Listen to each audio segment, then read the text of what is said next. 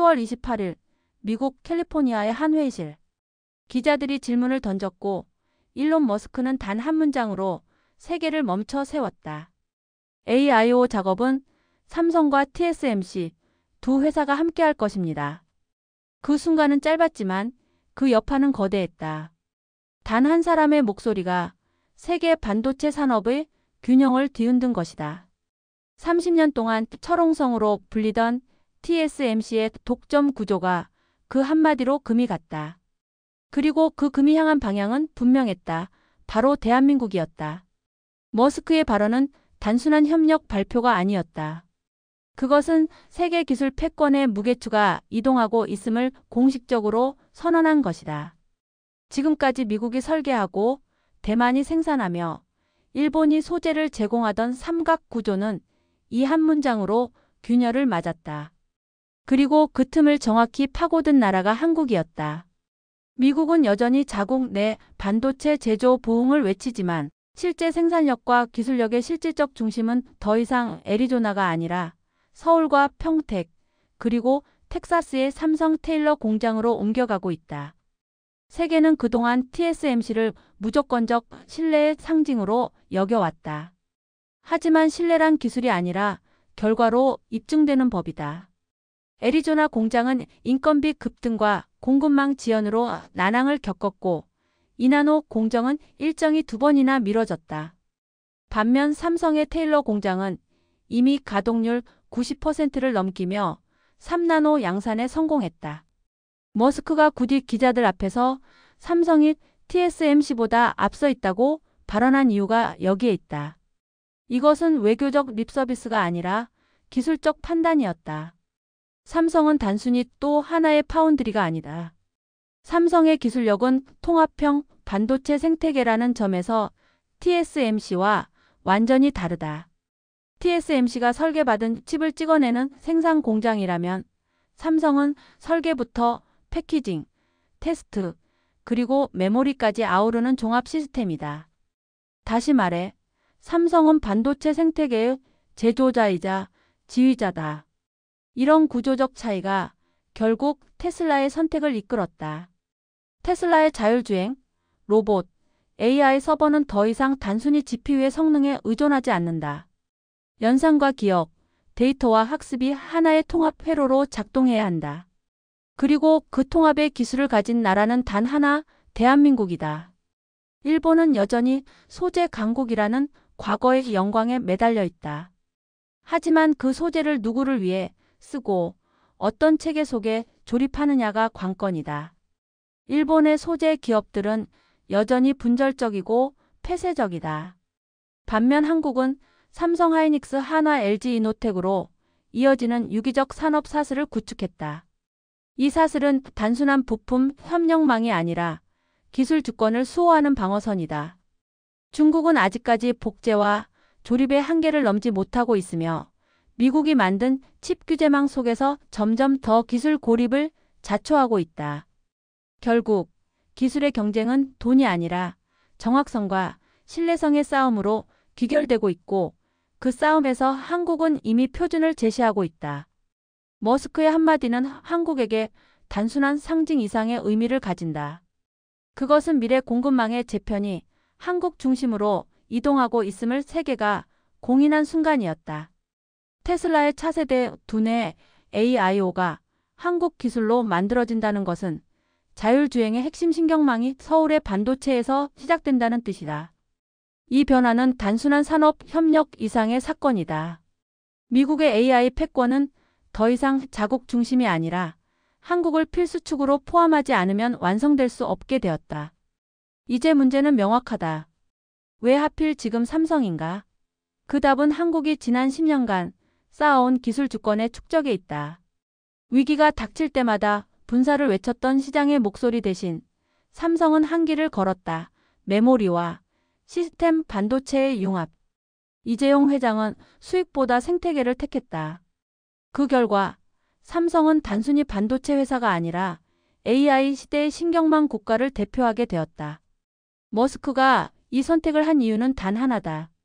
그는 느꼈다. 미래의 속도는 한국에서 결정된다. 미국은 정책으로, 일본은 전통으로, 중국은 인력으로 승부하지만 한국은 기술로 싸운다. 기술은 이념도, 국경도, 거짓도 허락하지 않는다. 오직 결과로만 평가된다.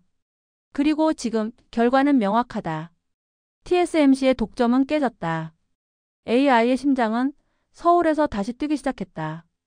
이것이 바로 일론 머스크의 한마디가 세계를 흔든 이유이며 동시에 한국이 앞으로의 10년을 지배하게 될 첫 번째 신호탄이다.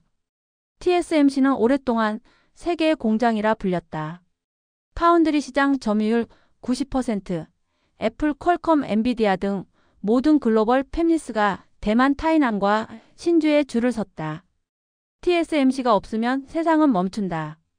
실제로 코로나 팬데믹 당시 반도체 공급이 끊기자 미국 자동차 산업은 하루아침에 멈춰섰고 백악관은 TSMC에 직접 구걸하다시피 했다. 그만큼 대만은 반도체 체인의 핵심 중추였다. 하지만 세상은 어느 순간부터 조용히 TSMC의 한계를 인식하기 시작했다. 거대한 제국의 균열은 내부에서부터 시작되었다. 가장 먼저 드러난 것은 비용과 속도의 문제였다. TSMC는 이나노 공정을 위해 애리조나에 400억 달러를 쏟아부었지만 인건비와 장비 반입 지연, 그리고 미국식 노동 규제에 발목이 잡혔다. 일정은 2년 늦어졌고 완공 전부터 고객사들의 불만이 터져나왔다. 반면 삼성의 텍사스 테일러 공장은 미국 내 동일 조건임에도 이미 3나노 시범 양산을 돌리고 있다. 미국 정부가 TSMC에 보조금을 퍼부어도 결국 성과를 내는 건 한국이었다.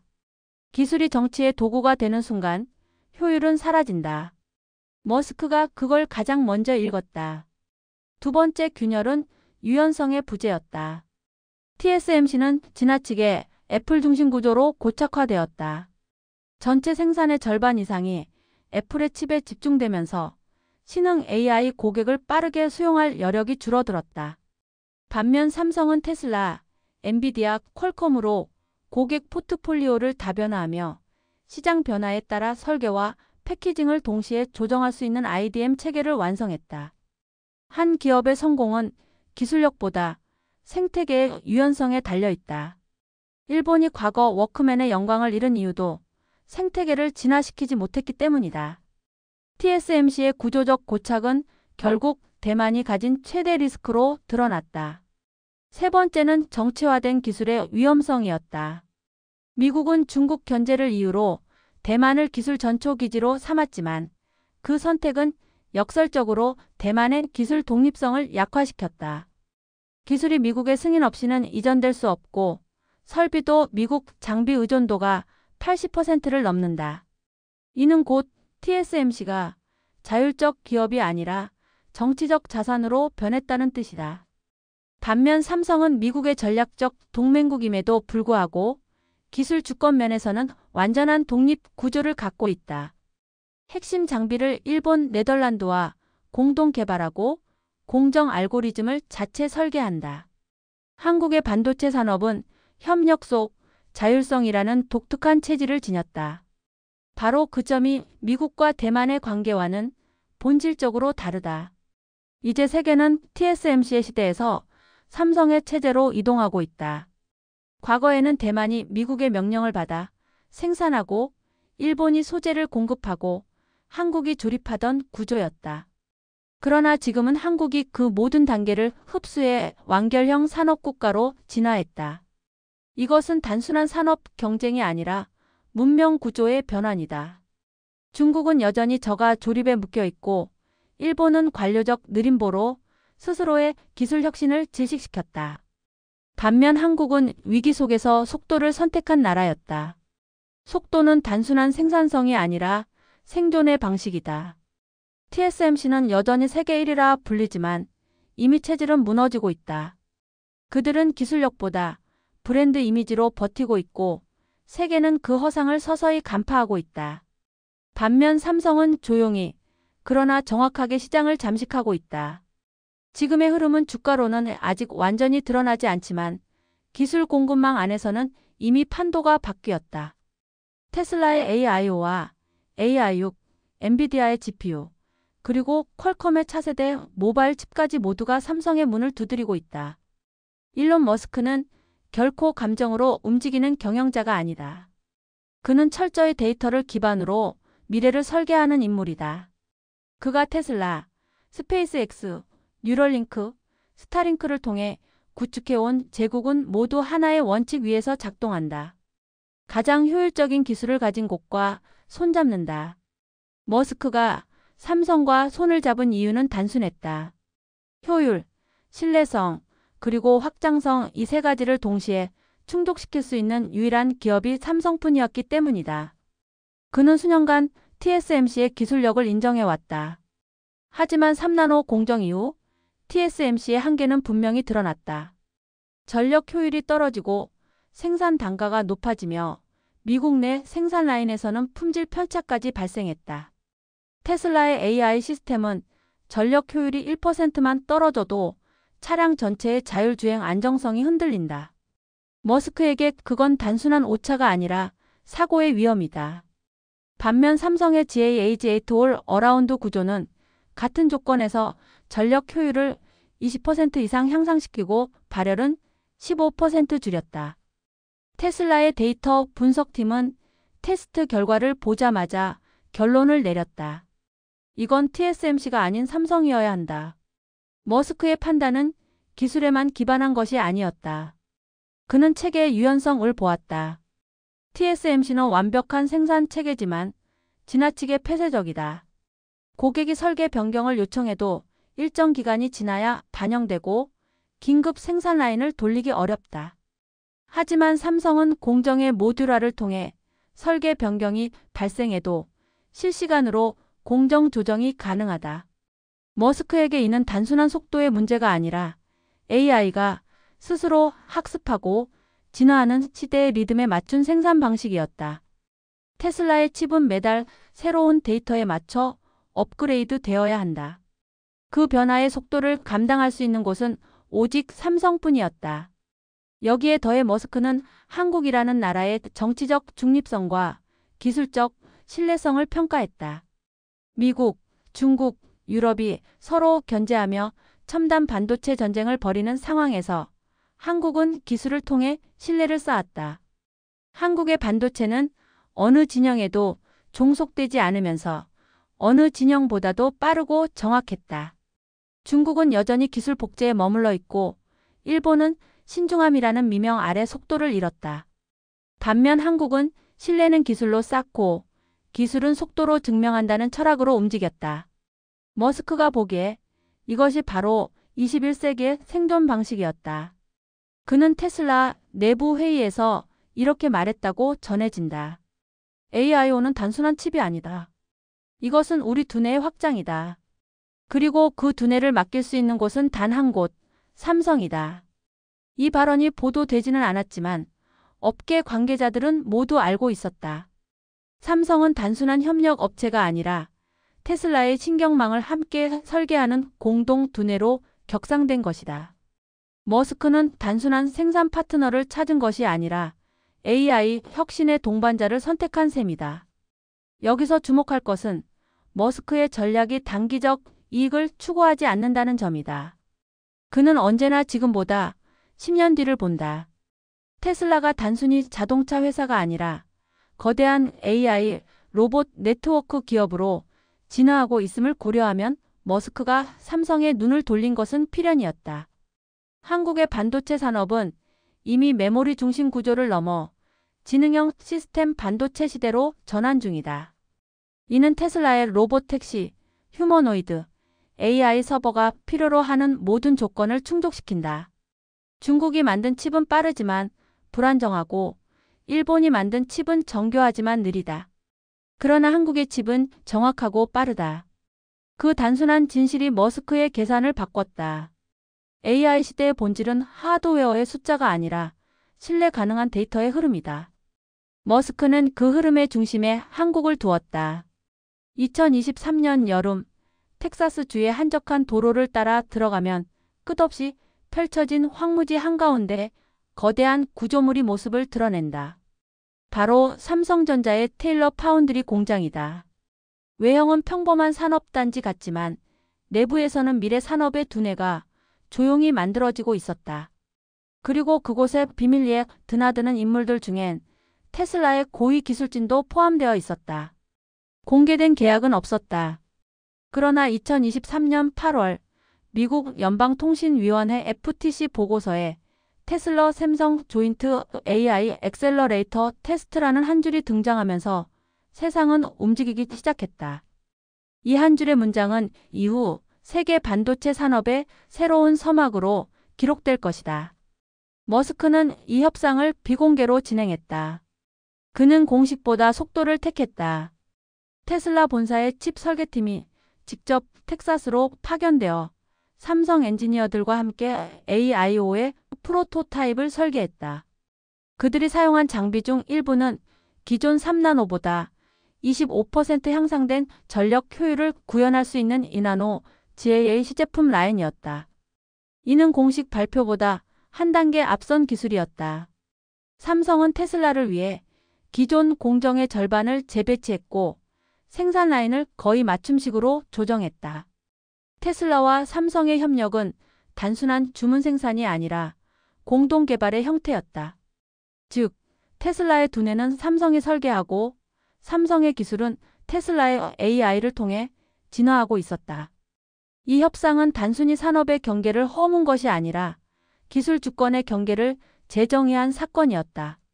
미국 정부조차 테슬라와 삼성의 협력 속도를 따라가지 못했다. 애리조나의 TSMC 공장은 여전히 인력 부족과 장비 지연에 허덕였지만 텍사스의 테일러는 이미 AI 칩 프로토타입 생산에 돌입했다. 더 놀라운 건 이 모든 과정이 불과 8개월 만에 완성되었다는 사실이다. 대만의 파운드리가 같은 규모의 협력을 진행할 경우 최소 24개월이 걸린다. 머스크는 속도 차이를 직접 목격했다. 그는 테슬라 엔지니어들에게 이렇게 말했다. 삼성은 말을 하지 않는다. 결과로 말한다. 협상의 핵심은 보안이었다. 테슬라의 AIO 프로젝트는 전 세계에서 가장 높은 보안 등급을 가진 민간 연구 중 하나로 분류된다. 삼성은 이 프로젝트를 위해 자체적으로 구축한 블랙라인 보안 공정망을 개방했다. 이는 외부 네트워크와 완전히 분리된 독립 시스템으로 공정 데이터가 외부로 나갈 가능성이 제로에 가깝다. TSMC는 아직도 미국 정부의 보안 검증을 통과하지 못하고 있지만 삼성은 이미 한국 국방부와의 군사기술 협업 경험을 통해 해당 시스템을 상용화했다. 이것이 바로 한국 기업이 가진 또 하나의 강점이었다. 민간 기술과 군사 보안 체계의 융합 능력. 머스크는 이를 국가급 보안력을 가진 민간 기업이라 평가했다. 테일러 공장은 단순한 생산기지가 아니라 미국 내 유일한 AI 칩 전략기지로 부상하고 있다. 이곳에서 탄생하는 AIO는 자율주행차의 핵심 두뇌로 쓰이지만 동시에 테슬라의 휴머노이드 로봇 옵티머스 아프티머스의 지능 칩에도 동일하게 적용된다. 즉, 삼성의 테일러 공장은 로봇과 자동차, 그리고 인공지능이 하나로 연결되는 첫 번째 교차점이 된 셈이다. 테슬라 입장에선 대만이라는 불안정한 지정학적 리스크를 떠나 안정적이고 기술 주권이 보장된 한국계 파운드리의 핵심 프로젝트를 이전한 것이었다. 머스크는 협상 과정 내내 기술은 정치보다 빠르다는 말을 반복했다. 실제로 그는 테슬라의 AIO를 정치적 이해관계에서 완전히 분리시키려 했다. 이 결정은 미국 내부에서조차 반전의 선택으로 평가받았다. 하지만 그 결과는 이미 나타나고 있다. 테슬라의 생산 효율은 향상되었고 전력 손실은 감소했다. 무엇보다도 AIO의 샘플 성능 테스트에서 삼성 버전은 TSMC 대비 연산 효율 12%, 전력 효율 18% 우위를 기록했다. AIO는 단순히 테슬라의 신형 반도체가 아니다. 그것은 인간의 두뇌와 거의 유사한 방식으로 사고하고 학습하도록 설계된 인공지능 시대의 뉴런 칩이다. 머스크는 이 칩을 기계의 자의식을 가능하게 하는 첫 번째 하드웨어라고 정의했다. 기존 AI사가 단순히 데이터 입력과 연산 중심이었다면 AIO는 상황 판단과 자가 최적화 기능을 동시에 수행한다. 다시 말해 AIO는 단순히 운전 명령을 계산하는 장치가 아니라 스스로 주행 전략을 세우고 판단하는 인공지능형 두뇌다. 이 혁신적인 구조를 가능하게 만든 핵심은 삼성의 3나노 GAA 공정이었다. GAA는 전류 흐름을 360도로 제어하는 차세대 구조로 기존 핀페핀 FET보다 전력 누수를 45% 줄이고 연산 효율을 30% 이상 높인다. 테슬라가 요구한 수준의 AI 학습 속도를 구현하기 위해선 이 기술이 필수였다. TSMC도 3나노를 보유하고 있지만 여전히 핀펫 구조에서 벗어나지 못했다. 테슬라의 AI팀은 두 회사의 샘플을 비교 테스트했고 결과는 압도적이었다. 삼성의 칩은 고온 환경에서도 안정적으로 작동했으며 TSMC의 칩보다 전력 효율이 1.8배 높았다. 결국 머스크는 삼성 중심의 구조를 선택할 수밖에 없었다. AIO는 자율주행뿐 아니라 로봇 서버 항공 분야에도 활용될 잠재력을 갖고 있다. 특히 로보택시와 휴머노이드 옵티머스의 핵심 제어 장치로 탑재되면서 이 칩은 모빌리티의 뇌로 불리고 있다. 테슬라가 자동차 기업에서 AI 플랫폼 기업으로 변신하는 과정의 중심에는 바로 이 칩이 있다. 그리고 그 중심에는 한국 기술이 자리 잡고 있다. AIO는 단지 하나의 제품이 아니라 테슬라의 철학과 한국의 기술이 결합된 상징물이다. 이 칩의 개발 과정에서 머스크가 가장 중시한 것은 연산 효율 대비 소비 전력이었다. 전력 효율이 낮으면 차량의 주행거리와 데이터 학습 시간이 비례적으로 줄어든다. 다시 말해 칩의 성능이 차량의 뇌뿐 아니라 심장 역할까지 담당하게 된 것이다. 삼성은 이를 위해 HBM3 인터페이스와 온칩 메모리 구조를 통합해 외부 데이터 전송 없이 즉시 학습이 가능한 구조를 완성했다. 이 기술은 AI 서버와 동일한 수준의 연산을 차량 안에서 수행할 수 있게 만들었다. 테슬라의 AIO가 다른 어떤 칩보다 생각이 빠르고 반응이 자연스럽다는 평가를 받는 이유다. 이 모든 기술적 성취는 단순한 계약 이상의 의미를 가진다. 머스크는 이 프로젝트를 통해 AI의 하드웨어 표준은 이제 한국에서 정의된다고 말했다. 이는 단순한 칭찬이 아니라 새로운 질서의 선언이었다. 이제 AI 반도체의 설계 철학이 미국에서 한국으로 이동하고 있다. 한국은 더 이상 메모리 강국이 아니라 AI 반도체 문명의 설계자가 되고 있다. TSMC가 과거 수율 경쟁으로 시장을 지배했다면 삼성은 지금 시스템 통합력으로 시대를 바꾸고 있다. AIO는 그것을 증명한 결정적 사례다. 단일 제품이 아니라 AI 시대 산업 구조 전체를 바꾸는 촉매로 작동하고 있다. 한국의 공정기술이 테슬라의 자율주행, 엔비디아의 GPU, 그리고 글로벌 로봇 산업까지 동시에 관통하기 시작했다. 하나의 칩이 산업을 바꾸고 산업이 국가의 위치를 바꾼다. 그리고 지금 그 변화를 이끌고 있는 중심에는 언제나 한국이 있다. 2021년 삼성전자의 파운드리 사업이 적자를 기록하던 시절 업계의 모든 시선은 하나의 질문으로 모였다. 이재용은 과연 파운드리를 분사할 것인가? 내부에서도 그 목소리가 컸다. 분사하면 책임이 분산되고 시장 압박을 줄일 수 있다는 논리였다. 그러나 이재용 회장은 단 한 문장으로 결정을 내렸다. 나는 파운드리를 포기하지 않는다. 메모리와 함께 키운다. 그 말은 당시엔 고집으로 들렸지만 지금은 예언이었다. 그리고 그 예언이 현실로 입증된 순간이 바로 테슬라와의 협력이다. 이재용의 선택은 경제적 효율보다 기술 주권을 우선시한 결정이었다. 삼성은 이미 메모리에서 세계 1위를 점하고 있었지만 그는 그것을 반쪽짜리 승리로 보았다. 메모리가 저장이라면 파운드리는 연산이다.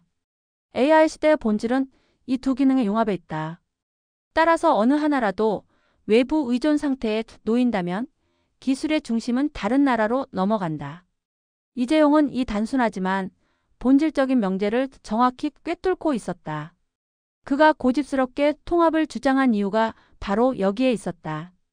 이재용의 통합 전략은 구조적으로 IDM INTGR-ATD 디바이스 매니어팩처 체계 복원이었다.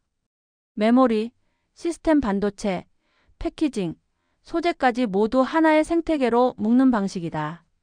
이것은 1990년대 일본이 실패했던 모델이기도 하다.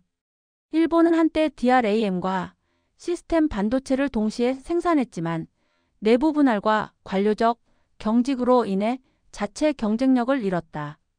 반면 한국은 위기 속에서 통합을 선택했다. 위기가 클수록 시스템을 분리하는 대신 더 단단히 묶었다. 이재용이 말한 통합은 생존이다라는 철학은 바로 그 맥락에서 나온 것이다.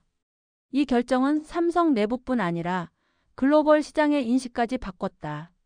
그동안 메모리 기업으로만 평가받던 삼성전자가 시스템 반도체의 설계자이자 공급자로 부상한 것이다. 테슬라의 AIO 프로젝트는 이재용이 추진한 통합 전략의 첫 번째 결과물이자 그 전략이 옳았음을 증명한 사례다. 메모리와 파운드리, AI와 차량 반도체가 한 몸처럼 연결되어야만 가능한 결과였다. 즉, 삼성은 더 이상 부분의 합이 아니라 완성된 시스템으로 진화했다. 여기서 한국의 산업 구조적 강점이 드러난다. 한국의 반도체 생태계는 국가 차원의 IDM이다. 삼성만이 아니라 SK하이닉스, 한화, LG노텍, 두산, 현대 등이 수직적으로 연동되어 하나의 거대한 기술 집합체를 형성하고 있다. 일본은 여전히 기업 간 벽이 두텁고 대만은 팹리스 중심으로 분절되어 있다. 반면 한국은 정부와 민간, 대기업과 중소기업이 기술 사슬로 연결되어 있다. 이것이 바로 외부 충격에도 끄떡없는 한국형 기술 방어 체계다. 이재용의 결단은 단순히 사업 포기 여부의 문제가 아니었다. 그것은 미래의 산업 전쟁에서 누가 데이터의 주권을 쥐는가에 대한 해답이었다. 그가 파운드리를 포기했다면 삼성은 반도체 공급망의 절반을 외국에 넘겼을 것이다. 하지만 지금 삼성이 테슬라와 AIO, AI용을 주도하고 엔비디아와 HBM사를 논의하며 퀄컴의 차세대 칩까지 협력하는 것은 그 결정 하나에서 비롯된 결과다. 미국은 여전히 자국 내 반도체 보응을 외치지만 실질적인 기술 통합력에서는 한국에 미치지 못한다. 중국은 생산량은 많지만 설계와 소재 기술이 분리되어 있어 통합 생태계를 구축하지 못한다. 일본은 장비와 소재는 뛰어나지만 반도체 설계와 시스템 통합 능력은 사실상 멈춰 있다. 이런 가운데 한국은 메모리, 시스템, AI, 방산, 로봇, 우주산업까지 반도체를 중심으로 전 산업의 통합적 진화를 실현했다. 이것이 이재용의 결단이 단순한 경영이 아니라 국가 전략으로 평가받는 이유다. 그의 철학은 단순하다. 기술은 돈으로 사는 게 아니라 축적과 인내로 쌓는 것이다.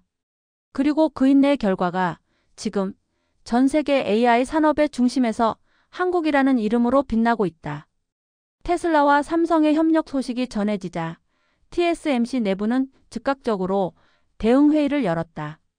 CEO 웨이 저자는 긴급 브리핑에서 우리는 여전히 세계 최고의 파운드리다라고 선언했지만 시장은 이미 그 말을 신뢰하지 않았다. 증권가 반응은 냉정했다. TSMC는 기술적으로 더 이상 압도적이지 않다. 테슬라의 이탈은 단순한 고객 손실이 아니라 독점 신화의 붕괴로 읽혔다. 그럼에도 불구하고 TSMC는 체면을 지키기 위해 가격 인상이라는 정반대의 대응을 택했다. 이나노 웨이퍼 가격을 50%나 올린 것이다. 결과는 참담했다. 퀄컴, 미디어텍, 브로드컴 같은 주요 고객이 반발하며 대체 공급망을 물색하기 시작했다. 그들이 가장 먼저 찾아간 곳이 바로 삼성이었다. TSMC의 반격은 구조적으로 실패할 수밖에 없었다. 첫째, 기술보다 정치가 앞섰기 때문이다. 대만의 산업은 사실상 미국의 전략적 자산으로 편입되었다. 장비와 공정의 핵심은 미국의 허가 없이는 외부로 나갈 수 없고 대만 내부의 생산 결정조차 워싱턴의 이해관계에 묵혀 있다. 반면 한국의 삼성은 미국과 동맹 관계를 유지하면서도 기술적 독립성을 확보한 유일한 기업이다. 미국이 한국을 압박하더라도 삼성은 자국 내 연구 인프라와 공정 알고리즘을 통해 기술의 주권을 유지할 수 있다. 대만은 반면에 스스로를 기술 식민지로 만들어버렸다. 그 한계가 지금 머스크의 결정으로 드러난 것이다. 둘째, TSMC는 공정의 깊이보다 폭을 추구하는 전략에 빠졌다. 수익 구조를 다변화하기 위해 동시에 너무 많은 고객을 끌어들였고 품질 관리의 정밀성이 떨어졌다. 반면 삼성은 소수의 전략 고객 중심으로 시스템을 최적화했다. 테슬라, 엔비디아, 퀄컴이라는 세계의 핵심 고객군만으로도 매출 안정성을 확보하고 그들과의 협력 관계를 기술 공동체 수준으로 끌어올렸다. AI 시대에는 다품종보다 맞춤형이 승리한다. TSMC는 여전히 2010년대식 생산 철학에 갇혀 있었다. 셋째, TSMC는 속도를 잃었다. 3나노 수율 문제를 해결하지 못한 채 2나노 공정으로 옮겨가면서 내부 혼란이 심화되었다. 실제로 엔비디아가 차세대 GPU를 의뢰하면서 TSMC에 제시한 납기를 맞추지 못했고 프로젝트 일부가 연기되었다. 반면 삼성은 테일러 공장에서 테스트한 샘플을 3개월 일찍 납품하며 테슬라의 신뢰를 완전히 얻었다. AI 산업의 본질은 시간이다. 데이터 학습 속도, 칩 개선 주기, 시장 대응 속도 모든 것이 시간 싸움이다. 그리고 지금 그 속도전에서 TSMC는 한국에게 완전히 밀렸다. 넷째, TSMC의 가장 큰 약점은 인재 결핍이다. 대만 내 젊은 엔지니어들은 미국과 중국 기업으로 빠져나가고 숙련 인력은 노령화됐다. 기술력은 장비가 아니라 사람이 만든다. 한국은 정반대다. 반도체 산업이 국가의 핵심 전략으로 자리 잡으며 서울대, 카이스트, 포항공대 등에서 매년 수백 명의 최상위 인재가 삼성과 하이닉스로 흡수된다. 일본은 관료주의로 젊은 기술자를 잃었고 대만은 해외 자본에 종속되며 두뇌를 유출당했다. 반면 한국은 기술 인력의 내재화에 성공했다. 그것이 결국 국가 단위의 경쟁력을 결정한다. TSMC의 반격은 겉으로는 공격처럼 보이지만 실상은 방어였다. 그들은 잃어버린 신뢰를 회복하기 위해 언론에서 삼성과의 경쟁은 일시적이라 말했지만 시장은 냉정하다. 글로벌 반도체 투자 자금의 흐름이 이미 한국으로 기울고 있다. 2025년 삼성의 파운드리 점유율이 25%를 넘기면 TSMC의 독점 구조는 완전히 붕괴된다. 테슬라, 엔비디아, 퀄컴이 모두 한국으로 향하고 있다. 대만이 실리콘 실드 실러콘 실드로 자신을 지키려 했다면 한국은 실리콘 스피어 실러콘 스피어로 세계를 향해 나아가고 있다. 지금의 차이는 단순한 기업 경쟁이 아니다. 한국은 기술로 방어하지 않고 기술로 공격한다. 2025년 10월 엔비디아의 젠슨 황이 한국 땅을 밟았다. 그의 첫 일정은 삼성전자 본사, 두 번째는 SK 하이닉스였다. 언론은 이를 AI 반도체 축 이동이라 불렀다. 그는 단 한 문장으로 그 이유를 요약했다. 삼성과 하이닉스 없이는 AI의 피가 흐를 수 없다. 이 말은 단순한 수사적 표현이 아니었다. 전 세계 AI 산업의 모든 계산, 즉 데이터 학습 추론, 자율주행 로봇 클라우드가 모두 HBM 고대역 폭 메모리를 중심으로 돌아가기 때문이다. 그리고 그 HBM을 만들 수 있는 나라는 오직 한국뿐이다. 엔비디아는 수년간 HBM 공급망을 미크론과 협력해 유지해왔지만 AI 붐이 폭발하면서 그 체계가 무너졌다. 미크론의 생산량은 한계에 도달했고 중국의 YMTC는 품질 관리에서 완전히 탈락했다. 이때 삼성과 SK 하이닉스가 등장했다. 하이닉스는 HBM3을 양산해 엔비디아의 H100 GPU에 공급했고 삼성은 곧바로 HBM32와 HBM4 샘플을 엔비디아 본사로 보냈다. 테스트 결과 삼성의 HBM4는 발열 억제율 22%, 대역폭 효율 35% 향상이라는 기록을 세웠다. 젠슨 황이 삼성의 테스트는 성공할 것이다라고 공언했던 이유가 바로 여기 있었다. 이제 AI의 두뇌는 테슬라의 칩이지만 그 두뇌를 움직이는 혈관은 엔비디아의 GPU이며 그 혈관을 통해 피를 공급하는 심장은 한국의 메모리다. AI 반도체의 구조는 단순해 보이지만 실제로는 정교한 생명체의 순환 시스템과 같다. 데이터가 뉴런처럼 흐르고 연사는 근육처럼 반응하며 메모리는 피처럼 전신을 순환한다. 그 혈류의 속도를 결정하는 존재가 바로 삼성과 하이닉스다. 젠슨 황은 이 점을 정확히 알고 있었다. 그래서 그는 APC 회의에 참석하면서도 한국의 두 기업과 단독 회동 일정을 먼저 잡았다. 이는 상징이었다. AI 생태계의 중심은 더 이상 실리콘밸리가 아니라 한반도다. 미국은 여전히 AI 칩의 표준을 자신들이 만든다고 주장하지만 실제 설계 데이터와 테스트 결과는 이미 한국이 주도하고 있다. 엔비디아의 신형 GPU, 블랙웰의 핵심 패키징 기술은 삼성의 TSVT HR5UGH 실리컨 바이어 공정으로 구현됐다. 하이닉스는 HBM32의 양산을 시작하며 AI 서버용 메모리 시장 점유율 60%를 넘겼다. 반면 일본은 여전히 공정 소재 단계에 머물러 있고 중국은 제재로 인해 5년 이상 뒤처졌다. 결국 AI 시장의 물리적 인프라 즉 데이터가 실제로 흘러가는 통로는 완전히 한국이 장악한 셈이다. 흥미로운 것은 젠슨 황과 이재용의 철학이 닮아 있다는 점이다. 둘 다 속도와 집중을 중시한다. 엔비디아가 GPU를 혁신시킬 수 있었던 이유는 반복된 실패 속에서도 하나의 아키텍처에 집요하게 매달렸기 때문이다. 삼성 역시 GAA 공정을 실패 속에서도 포기하지 않고 완성했다. 그 결과 AI의 하드웨어와 소프트웨어가 동일한 속도와 정밀도로 진화하는 구조가 만들어졌다. 머스크, 황, 이재용 이 세 사람은 이제 AI 산업의 삼두체제를 형성했다. 한국에게 이 연합의 의미는 경제를 넘어선다. 삼성과 하이닉스는 더 이상 부품 공급 업체가 아니라 AI 시대의 표준 제정자로 자리 잡았다. 반도체 기술은 이제 산업의 기초제가 아니라 지식의 통화다. 그리고 그 통화를 발행하는 중앙은행이 바로 한국이다. 젠슨 황은 APC 무대에서 그 사실을 확인시킬 것이다. 그가 말할 한마디는 결국 세계 AI 생태계의 방향을 다시 한번 서울로 향하게 만들 것이다. 테슬라와 삼성의 협력은 AIO로 끝나지 않았다. 2024년 9월 머스크는 또 한 번 세상을 놀라게 했다. AI6는 삼성과 단독으로 간다. 불과 한 문장이었지만 그 의미는 깊었다. 이 말은 단순한 계약 공지가 아니라 TSMC 시대의 종언과 삼성 단독 체제의 출범을 의미했다. 그리고 그 규모는 전례가 없었다. 총액 23조 원 단일 고객 기준으로 삼성 파운드리 역사상 최대 규모의 수주였다.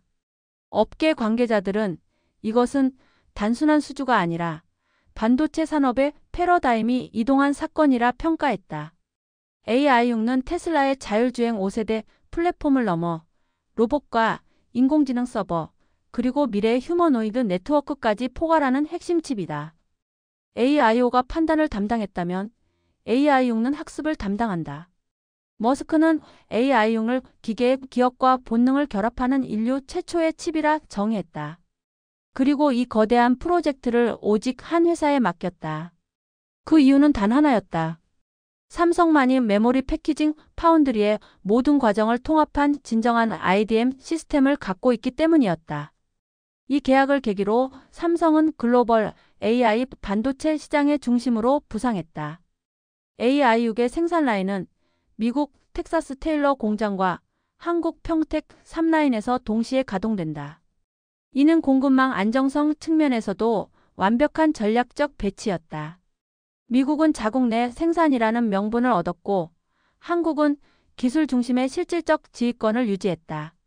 머스크는 이 이중 구조를 AI 칩의 양심 컨션스과 두뇌 비할 AIN을 불리한 전략이라고 표현했다. 그러나 업계는 그보다 단순하게 말한다. AI6는 테슬라의 것이 아니라 삼성의 것이다. AI6 프로젝트는 삼성에게 있어 단순한 기술 계약이 아니라 국가 전략 수준의 기술 검증 무대였다. 이번 계약을 통해 삼성은 세계 최초로 이나노 GAA 공정을 상용화했고 AI 연산 전용 아키텍처를 독자 설계했다. 이 공정은 전력 손실을 30% 줄이고 AI 연산 속도를 최대 40% 높였다. 미국 내 분석기관 세미애널리틱스 SEMIANALYTICS는 보고서에서 AI6 공정의 성능은 현존 모든 상용 칩을 초월했다고 평가했다. 특히 주목할 점은 테슬라의 설계팀이 아닌 삼성의 시스템 LSI 연구소가 아키텍처 최적화를 주도했다는 사실이다. 즉, 이번 계약에서 테슬라는 고객이 아니라 공동 연구 파트너였고 실질적인 기술 리더십은 삼성에게 있었다.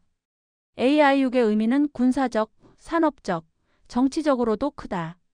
테슬라의 AI 로봇 옵티머스와 AI 자율주행 네트워크가 향후 미국 국방의 무인 시스템에 활용될 가능성이 높기 때문이다. 이 칩은 전장 네트워크와 로봇 센서 통합에도 응용될 수 있으며 이는 곧 미국의 전략 기술 인프라가 한국 기술을 전면적으로 수용하게 됨을 의미한다. 다시 말해 AI6는 한미 동맹의 새로운 형태이자 기술 동맹의 완성형이다. 군사 안보가 총기와 미사일에서 반도체로 이동하는 시대, 한국은 이미 그 무기를 쥐고 있다. TSMC는 이를 뒤늦게 따라잡으려 했지만 이미 게임은 끝났다. 대만의 이나노 양산은 여전히 불안정하고 수율은 60% 수준에 머물러 있다. 반면 삼성은 AI6 테스트라인에서 수율 80%를 돌파했다. 테슬라가 AI6의 단독 파트너를 선언한 순간 시장의 판도는 완전히 뒤집혔다. 주가는 폭등했고 글로벌 투자자들은 한국 반도체 ETF로 몰렸다. 이제 시장은 한 가지 질문만 남겼다. AI7은 어디서 만들어질 것인가? 머스크는 이미 답을 알고 있다. 그리고 그 답은 다시 한번 한국이라는 이름 위에서 쓰일 것이다. 테슬라와 삼성의 초대형 AI6 계약이 발표된 후 워싱턴은 놀랍도록 조용했다. 백악관도 상무부도 국방부도 공식 논평을 내지 않았다. 불과 2년 전만 해도 미국 정부는 반도체 산업의 모든 움직임에 개입하며 전략적 기술은 반드시 미국 안에서 생산되어야 한다고 주장했다. 그런데 이번엔 달랐다. 테슬라가 자국 내 기업이 아닌 한국 기업과 손잡았는데도 그들은 침묵했다. 이 침묵은 곧 계산이었다. 미국은 이해하고 있었다. 지금의 AI 산업 구조에서 한국을 배제하면 자국의 패권도 무너진다는 사실을. 미국은 지난 10년간 CHIPS 액트를 통해 반도체 주권을 되찾으려 했지만 현실은 냉정했다. 인텔은 공정 경쟁에서 삼성에 밀렸고 TSMC의 애리조나 프로젝트는 예산과 인력난으로 주저앉았다. 반면 한국은 이미 평택, 테일러, 온양, 그리고 천안까지 이어지는 글로벌 반도체 삼각망을 구축했다. 이 구조는 미국의 자국 산업 정책보다 더 효율적이고 더 안전했다. 미국이 원하는 건 생산지가 아니라 결과였다. 그리고 그 결과를 가장 확실하게 만들어내는 나라가 한국이었다. 워싱턴의 전략가들은 이제 하나의 사실을 인정하기 시작했다. AI 패권의 열쇠는 더 이상 실리콘밸리가 아니라 서울에 있다. 그들은 한국을 단순한 동맹국이 아니라 필수 기술 인프라로 규정했다. 그렇기에 침묵은 동의였다. 공개적으로는 자유 진영의 협력을 강조했지만 내면적으로는 한국 기술 없이는 AI 산업이 돌아가지 않는다는 점을 알고 있었다.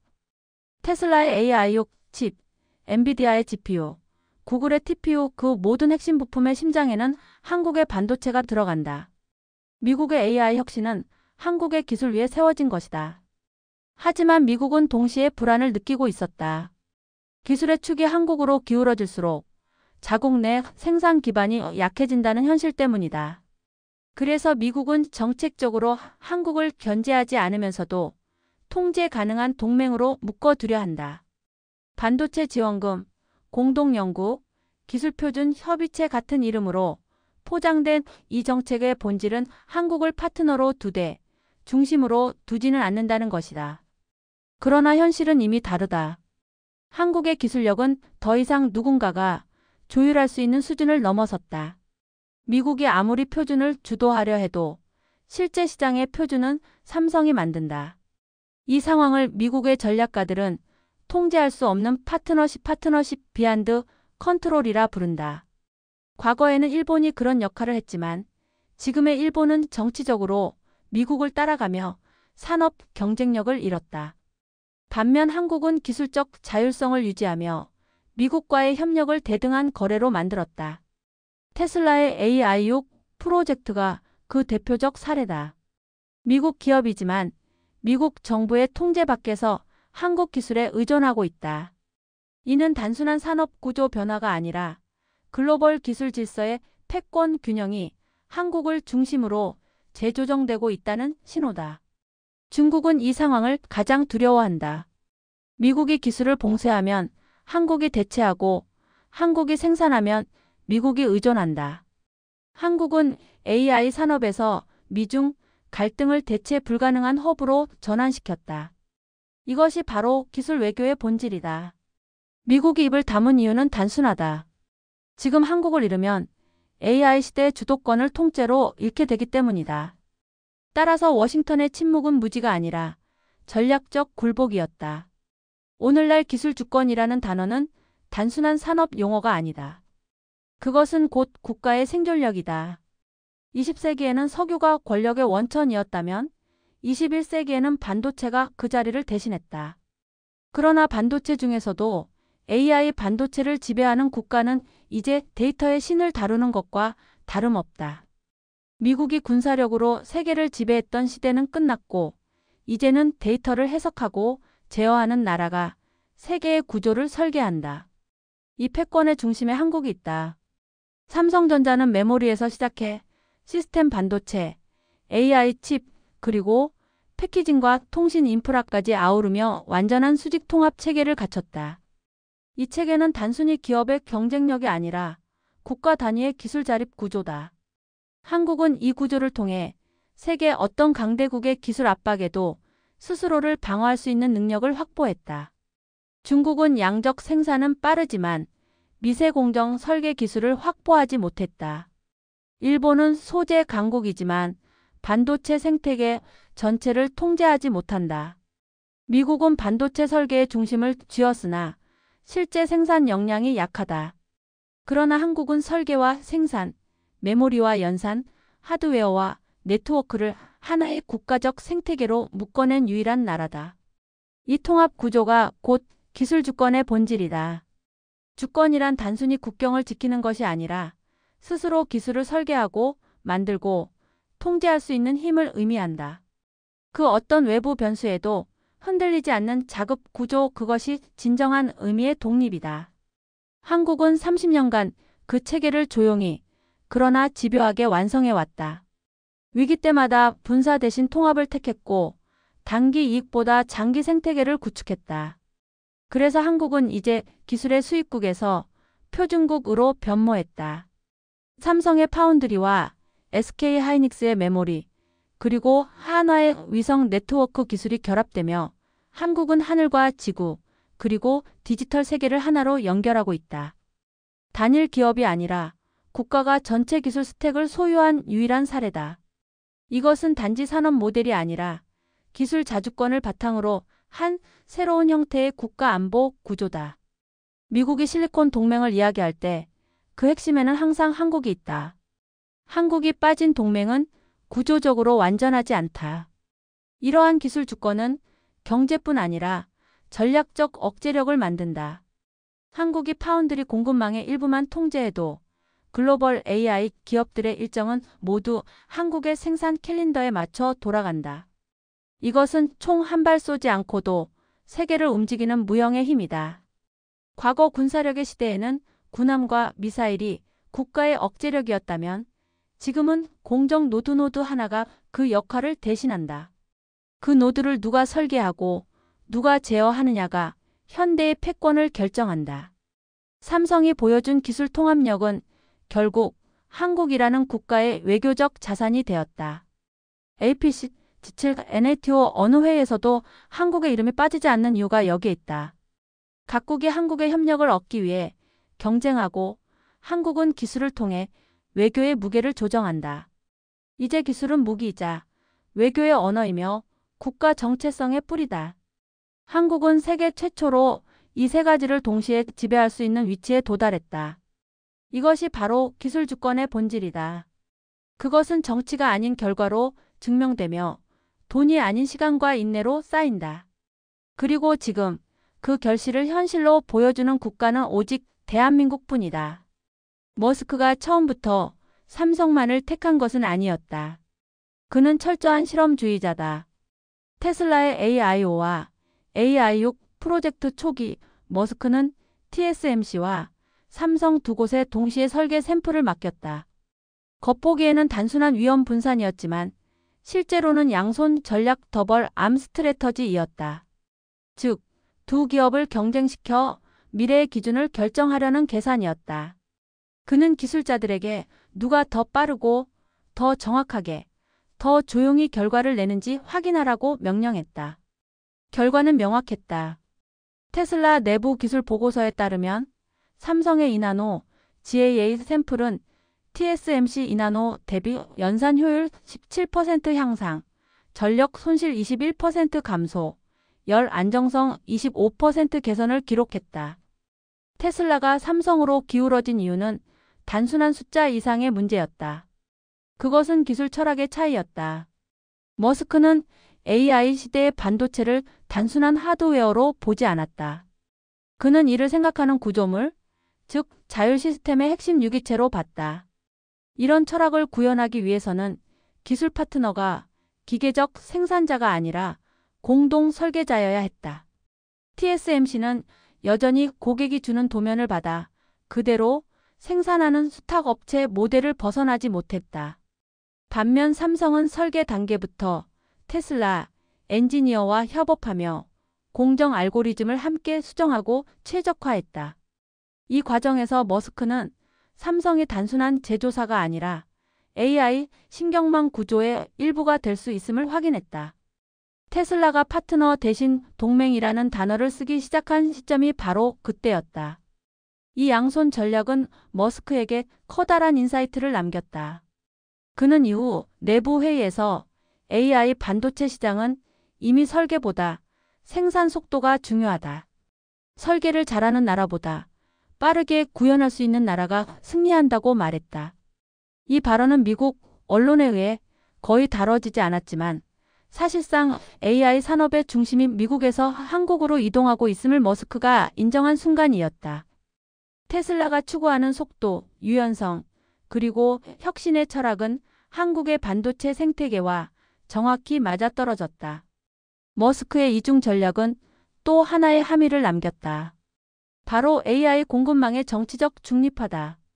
그는 자율주행과 로봇, 인공지능 같은 핵심 기술을 특정 국가의 통제 아래 두지 않으려 했다. 대만은 지정학적으로 중국의 군사 압박을 받으며 미국의 안보망에 지나치게 의존한다. 그 리스크는 테슬라의 장기 사업 전략에 치명적이었다. 반면 한국은 정치적으로 안정적이며 동시에 기술적으로 독립적이다. 머스크는 이 점을 AI 시대의 이상적 파트너십 모델로 규정했다. 실제로 그는 내부 보고서에 한국의 반도체는 지정학적 리스크가 아닌 지정학적 해답이다라고 적었다. 이 양손 전략의 결과 테슬라와 삼성의 관계는 단순한 고객 공급자 구조를 넘어섰다. 삼성은 이제 테슬라의 설계 실험실 일부가 되었고 테슬라는 삼성의 기술 테스트베드로 기능한다. 머스크는 더 이상 TSMC의 일정을 기다리지 않는다. 그는 서울의 개발 일정에 맞춰 테슬라의 AI 로드맵을 수정한다. 이 관계는 단순히 비즈니스의 효율이 아니라 AI 산업의 속도 기준 자체가 한국 시간으로 바뀌었음을 의미한다. 머스크의 진짜 의도는 명확하다. 그는 경쟁을 통해 승자를 고른 것이 아니라 미래의 기술 표준을 직접 결정한 것이다. 그리고 그 표준은 지금 한국의 반도체 공정 속에서 현실이 되어가고 있다. 테슬라와 삼성의 협력이 가시화되자 세계 반도체 공급망의 지도가 다시 그려지기 시작했다. 불과 3년 전까지만 해도 AI 칩의 공급 루트는 미국 설계 대만 생산 일본 소재 중국 조립이라는 전형적인 아시아 사슬에 기반해 있었다. 그러나 지금 이 체계는 완전히 붕괴되고 있다. 중심은 하나의 방향으로 이동 중이다. K라인, 즉 한국을 축으로 한 공급망이다. 미국의 설계 기술이 여전히 존재하지만 그것이 구현되는 속도와 품질은 한국 공정에 의존하게 되었다. AI 시대의 실질적 생산 허브가 대만에서 서울로 이동한 것이다. 이 변화의 시작은 단순한 기업 협력이 아니라 신뢰의 이동이었다. 글로벌 기업들은 이제 누가 더 빠르게 납기를 맞추는가 보다 누가 공급 중단 없이 10년을 버틸 수 있는가를 본다. 지정학적 리스크가 커질수록 안정된 기술 국가가 중요해졌다. 한국은 바로 그 요건을 충족했다. 미중 갈등이 고조되는 와중에도 한국은 어느 쪽에도 종속되지 않은 채 기술을 중심으로 한 전략적 중립을 유지했다. 이 균형감이 곧 글로벌 기업들의 선택 기준이 되었다. 엔비디아, 퀄컴, 구글, 아마존까지 모두 삼성과 하이닉스에 장기 생산 계약을 제시한 이유가 여기에 있다. 공급망의 재편은 단순한 물류 변화가 아니다. 그것은 권력 구조의 재조정이다. 미국은 여전히 표준과 정책을 제시하지만 생산은 한국이 담당하고 자원은 동남아와 중동에서 공급받는 다극형 시스템이 형성되고 있다. 이 구조는 한 세대 전 일본이 구축했던 기술 중심의 수직 사슬과는 완전히 다르다. 일본은 생산국이면서도 시장 통제권을 갖지 못했지만 한국은 생산과 표준을 동시에 장악했다. 이것이 바로 K-테크 블록의 핵심이다. 기술을 수출하면서 동시에 산업 질서를 설계하는 국가. 이 구조에서 한국은 단순한 조립국이 아니라 지능형 조정국으로 기능한다. 예를 들어 삼성은 AI 반도체의 핵심 공정뿐 아니라 그 위에서 돌아가는 클라우드 서버 구조와 냉각 시스템, 에너지 효율 설계를 함께 제시한다. 즉, 한국은 반도체를 팔 뿐 아니라 AI 생태계의 운영체계 OS를 공급한다. 이는 과거의 일본도 대만도 결코 하지 못했던 방식이다. TSMC는 단순한 생산자였고 일본은 부품 공급자였지만 한국은 이제 시스템 설계자이자 표준 관리자다. 이 변화는 유럽과 인도까지 확산되고 있다. 독일의 보시보시와 인텔은 최근 삼성의 이나노 공정 일부를 도입하기로 했고 인도 정부는 한국형 AI 반도체 생태계를 벤치마킹한 K-파운드리 프로젝트를 시작했다. 이로써 한국은 기술의 공급자이자 정책 모델로 확장되고 있다. 기술이 곧 외교이고 산업이 곧 영향력이 되는 시대 한국은 이 질서에서 공급망의 리더이자 설계자로 올라섰다.